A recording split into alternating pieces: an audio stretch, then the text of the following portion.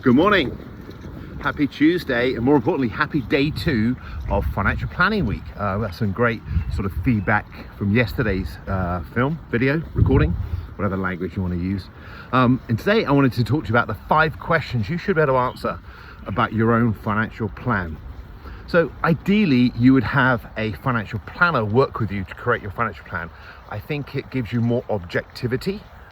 And remember, the man or lady you're sat in front of is going to have worked probably with hundreds of other clients over the time, and therefore have lots of experience they can pull on. I'm going to have to put my hat on.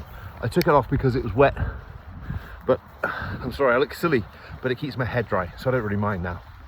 So the 5 questions is, what does great look like? We use the expression, how do you want to live the rest of your life? What does it look like? Live life by design and not default. We have these expressions, these phrases we use with our clients because we want them to think. So many people just go through life on automatic. I've heard the expression so many times, live to 80, died at 40. It's just like it's a routine. And we want our clients to genuinely live life by design and not default. And I think as a financial planner, you have to be congruent with that. You have to actually live your life intentionally. And it doesn't matter what that means, but the first question you should be able to answer in your financial plan is, are you living intentionally? Are you living life by design and not default? So the second question you need to know is, are you on track? It doesn't have to be perfect. Some people think, my financial plan's not perfect, therefore I won't bother with it. I'll do something that I can accomplish. A financial plan is a dynamic, living document, and arguably it's out of date on day 2. When we have our clients come into our office, we do our annual planning meeting, we design typically the next 12 months. We're not designing forever. We're having a plan forever for the rest of their life. Hopefully, we plan to age 100. But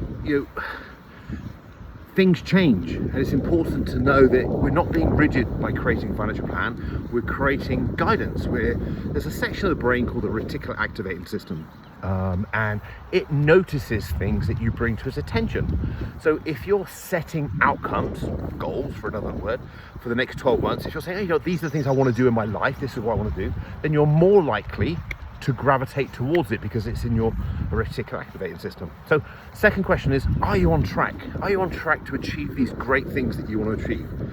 Third question is, if you're not on track, what needs to happen in order for you to be on track? And this is where a good financial planner would add its salt. We create the cash flow forecast that we spoke yesterday, and we can do some dialing in and sort of number crunching. And really there's only 3 levers that we can change. We can, as complex as financial planning is, you can boil it down to 3 simple things. We can increase cash inflows, whether that's earned income, investment income, winnings, inheritance, whatever it might be. We can reduce cash outflows, so we can reduce our expenditure, which is one thing that we don't typically like to do, although we've had to do it in the past. We can reduce charges, we can reduce tax, or we can improve investment returns.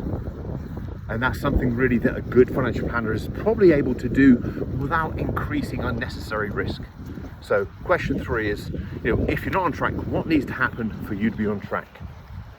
The 4th question I think you need to know is, hey, life's not always smooth sailing, right? What if there's a catastrophe? What if something falls down?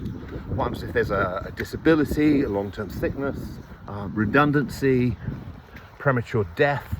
What's going to happen? Let's make sure we've got a catastrophe plan in place. I'm making sure Monty's following me here. Come on, Monty. Making sure there's a catastrophe plan in place. So that might mean you need to buy some disability or income protection. It might need you need to buy some life insurance. If you have dependents, you have people relying on you, arguably it's right and it's true that you need life insurance, particularly while they're dependent. And then the 5th question that we want to make sure that you know the answer to is, what's your legacy? What does it look like when it's all finished and you're no longer here? How is your estate, the money that you've built up, how is that going to pass to the next generation in the most efficient way? I think Warren Buffett and several are famous for saying things like, I want to leave my children enough they can do anything but not nothing. And I think when you work with a good financial planner, even if you're from what you might deem as relatively modest means, building your wealth, building your assets, protecting them in certain structures, whether it's a family investment company, whether it's a trust fund, and passing it down with good, well-drafted letter of wishes or instructions to the board on how this money should be used going forward. What will your legacy be? Bring it back to a simple level. Do you have a will? Do you have power of attorneys? Are there simple trusts set up in your estate to do the things that you want to do? So if you're from a blended family, is your estate going to pass to those people that you want it to, rather than just to your partner or your new husband or wife?